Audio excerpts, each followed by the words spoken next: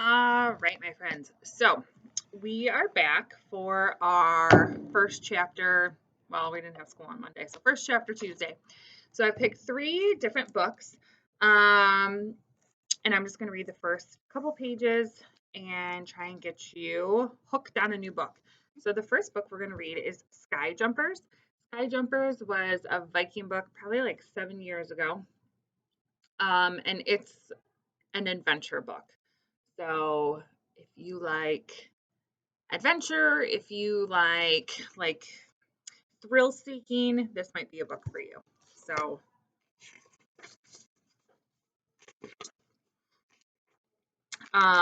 it starts off and there's this map. So Sky Jumpers, it takes place kind of like in an alternate world. Chapter 1 is called The Bomb's Breath. You would think I'd never jumped off a cliff before, based on how long I stood there, not jumping. Of course, I'd never made this jump before. Erin and I hadn't been up here for 2 weeks, and I missed this place. We came today as my reward for finally finishing my invention. I was going to show everyone that for the first time since I was born 12 years ago, I wasn't the worst in town at inventing. I was even sure that there was no way for this one to hurt anyone or do any damage. When a gust of wind hit from behind and blew my hair out of my ponytail and into my face, I breathed in the fall air, the morning sun that had just begun to warm. Every part of my body tingled with excitement, thinking about the jump Brock had challenged me to make. I stood at the edge of the cliff, looking across the area where I knew the invisible bomb's breath spread across our valley, wishing Brock had shown up to watch me jump like he said he would. But I needed to stop thinking about him and focus. Aaron and his 5-year-old sister Brenna looked up at me with encouraging faces from the rock ledge I planned to land on, just over 35 feet below. So that's 35 feet is a really far jump. I made note of the wiry bush that grew out of a crack in the cliff face and told me where the bomb's breath began. The fact that bomb's breath was invisible was one of the most dangerous things about it. The fact that it would kill you if you took even one breath in it was the other dangerous part. But the bomb's breath was still my favorite side effect left behind of the green bombs of World War III. Mr. Hudson, our inventions teacher in 10s and 11s, said that the way the oxygen molecules got cross-linked and bonded together made the air feel much denser than regular air above and below the 15-foot thick band. You couldn't breathe in the oxygen molecules separately, and your body couldn't absorb them together, so you'd suffocate instantly if you inhaled while in the midst of the bomb's breath. It was Aaron who came up with the theory that we could hold our breath and walk into it. Based on the horrified look on his face when I first tested his theory, he'd have never told me if he'd known I'd try it. But I had trusted Aaron's theories ever since we were 5, and he told me I could grab onto the skinny branch of the willow tree I was stuck in, and it would lower me to the ground slowly enough. His theories were never wrong, so of course I tried out his bomb's breath theory. It took my walking into it twice and nonstop talking about how incredible it was to be in the air that felt so much thicker but looked the same before he and his scientific brain had to test it too. It was me, though, who figured out we could jump into the bomb's breath and it would slow our fall, like we had wings. After I jumped off this cliff, I'd have about 15 feet of regular air to do a double front flip before I hit the air of the bomb's breath. My head would be the last thing to right itself, so I wouldn't be able to see the bush growing from the crack, and that meant I wouldn't be able to see when I needed to take my last breath. I pulled my necklace from my shirt and rubbed my thumb over the rough stone, not for luck, and definitely not because I was scared. I rubbed it because it was the only object in existence left by my birth mom before I was adopted. I didn't even know her before she died, but I knew she was brave. Whenever I touched the coarse, uneven surface, I was reminded that she did impossible things, and so could I. Okay, so that was Sky Jumper. So it seems like a good start. So the next book, this is an adventure, but it should be in nonfiction, but I actually put it in fiction because I thought it would get checked out more. So it's called Into the Clouds, and it's about a race to climb the world's most dangerous mountain. So hopefully you know that the world's most dangerous mountain is Everest. Um, so it's two men who are racing to get to the top. And it goes all the way back to the 1950s. So here is a map of kind of like the Middle East. So Everest sits on the border of Nepal and China right here. So there's different ways you can go up Everest. You can go up from the Nepal side or you can go up from the China side. All right. So this is not Everest. This is K2, which is the second most highest mountain. So it starts off with a prologue. A prologue is usually information you need before the real story starts. So this says Prologue, Camp 8, K2, August 6, 1953. All they needed were 3 good days.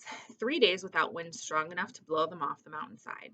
3 days without those tiny ice crystals that filled the air so thoroughly they had to cover their mouths with a mitten to breathe. 3 days of weather clear enough to see the route between their lonely tents and the top of the second highest mountain on Earth. On the afternoon of August 6, 1953, Charlie Houston knew those 3 days might not come soon enough. He was a doctor in his other life, 7,000 miles away in New Hampshire. Now, in the relative shelter of their tents, he examined his climbing partners one by one.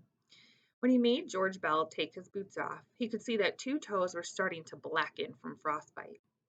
Bob Craig didn't look much better.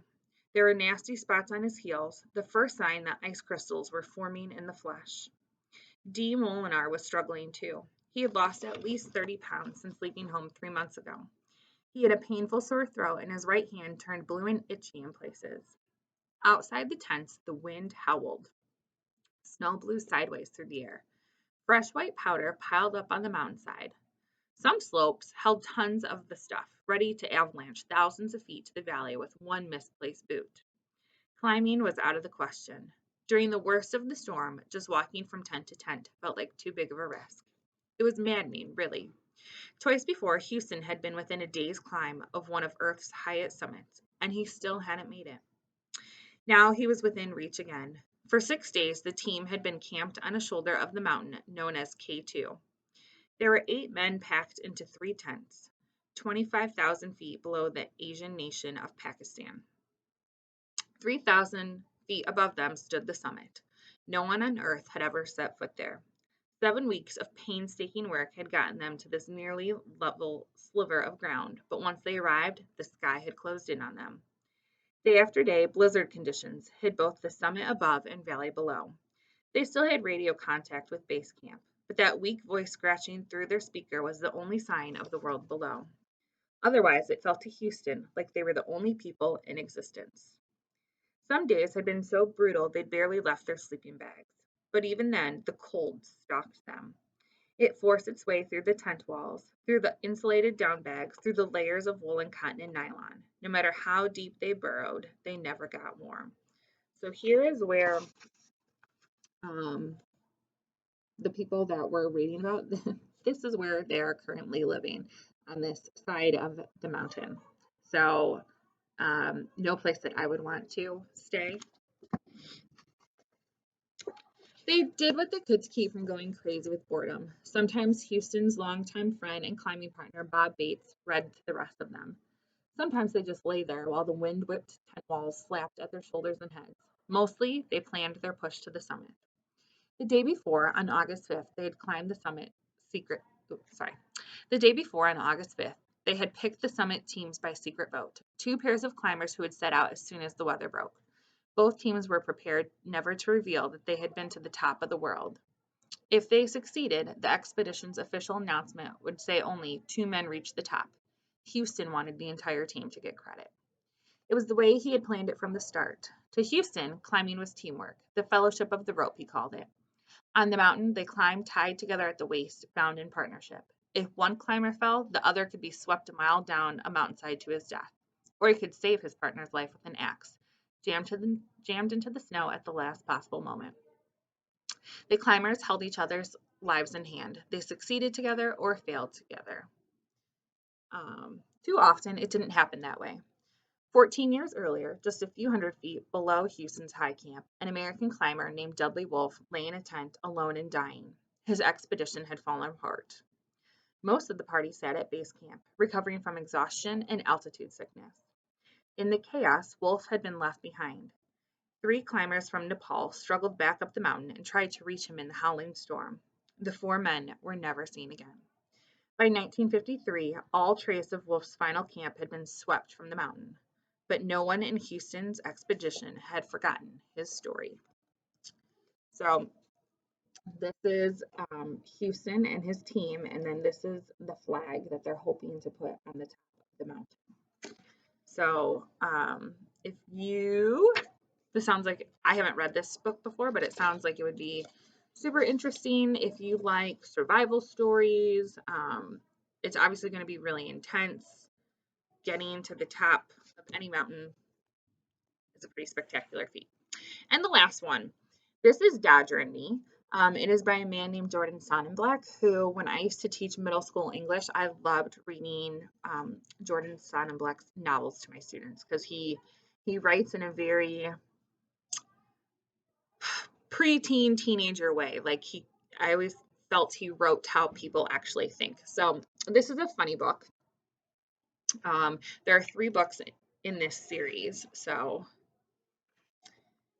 all right, chapter 1, Willie Strikes Out. Look, if I'm going to tell you everything that happened between me and Dodger, you have to promise you won't tell. And you won't laugh. And you won't mention any of this to dumb old Lizzie from England. I have a weird feeling she wouldn't appreciate it. Not that I care what she thinks. Anyway, I guess I'll have to trust you on this, right? Plus, I'm bursting to tell somebody about it. So here it goes. It all started one Sunday afternoon on the baseball field. It was the second to last game of the fall Little League season. My team, the Bethlehem Bulldogs, was losing 3-2 in the bottom of the 7th inning. In the 10 and 11-year-old league, we only play 7-inning games. So this was it. We were coming up to bat for the whole enchilada. It was all or nothing, score or lose, the victory pizza party with the team or the PB&J at home with mom. Plus, the team was in first place, but we needed to win one of our last 2 games in order to finish the season as champions. There were 2 outs with runners on second and third when I stepped up to the plate. Can you believe it? Me, Willie Ryan, the guy who had never gotten a hit all season. The kid who prayed to get hit by the ball just so he could get on base. Of anybody on the team, I should have been the last person you wanted batting in that situation. I'm serious. If you could have taken a vote of all the kids on my team, they would have agreed 100%. They would have sent any other player out there in my place, even Joey Carbone, who had a broken leg. They would have rather sent my 7-year-old sister out there. Heck, if my grandma Lillian had shown up with regulation cleats on her feet, they would have probably wanted to bench me and send her to bat. But instead, they got me, and my team would lose if I didn't get to first. By the way, not that it matters to me, but dumb old Lizzie from England was watching from the stands. And get this, she was cheering for me super loudly as I approached the batter's box. I swear, when I grow up, I'm going to invent a special portable soundproof booth for this exact situation. It will slide on special rails built into the bleachers at athletic fields, and it will have a detector built into it that picks up embarrassing cheering noises. So let's just say, for example, that there's a boy who doesn't particularly like girls, okay? And there's some girl who keeps following him around and showing up at his baseball games, even though it's totally unusual for a girl to show up at a boy's game in the first place, and completely unheard of for the girl to scream encouragement at one single player the whole game. Plus, the girl doesn't know a thing about baseball, so she keeps screaming the wrong thing at the wrong time. And let's imagine for a moment that the boy's whole team starts laughing at him, even more than usual, because they start to think that he's in love with the girl. So they tell the boy stuff like, hey, you and Lizzie should get married. She's the only person in the world who doesn't know how much you stink. Well, anyway, if a thing like that happened, the booth would slide right over the girl's seat and come down around her and keep all of her humiliating sounds from reaching the field. Since I didn't have a cheer-proof booth handy that day, I just had to stand there taking my practice swings and try to tune out the constant clapping and strange accented hooting noises that were coming from Lizzie. Right before the game, my little sister Amy had asked me, "Is that weird Lizzie going to be there? She sounds like a cross between a trained dolphin and a dodo bird. It gives me a headache." Looking up into the stands as Lizzie's cheers reached their maximum level, I saw Amy holding her hand up near her face. It looked like she was trying to shield her ears. Poor Amy. Poor me. Okay, so if you are interested in any of these books, we've got Sky Jumpers, we've got Into the Clouds, and Dodger and Me. You can just use your Destiny Discover account and put them on hold. All right, until next week, my friends. Bye.